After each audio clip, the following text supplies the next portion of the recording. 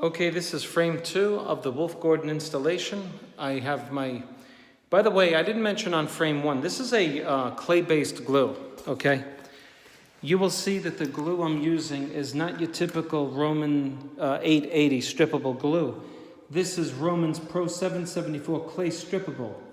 Okay, it's very important that you use the adhesive prescribed by the manufacturer because, especially when you're working for people, if the wallpaper starts coming off and they paid like $3,000 for the wallpaper, the clientele will be able to make a case against the manufacturer, and they will come and they will take a look at the glue that you used, and you might find yourself with a legal liability. Not to mention the fact that you should just read the instructions and do what the manufacturer prescribes. But a lot of times people don't read the instructions. In this case, the manufacturer calls for a clay-based adhesive. It's for heavy wallpaper, okay?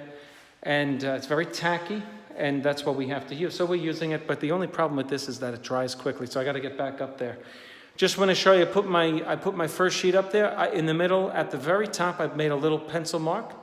And then I had my laser level, which you see, over in the center, and I simply aligned the pencil line at the top with the laser line.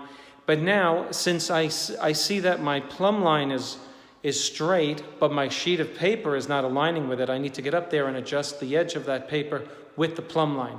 So that's what I'm going to do. And on frame 3, I will already done it, and we will start installing the second sheet on each side of the middle sheet. So this is frame 2 of the second Wolf Gordon installation, and I'll see you on the next frame.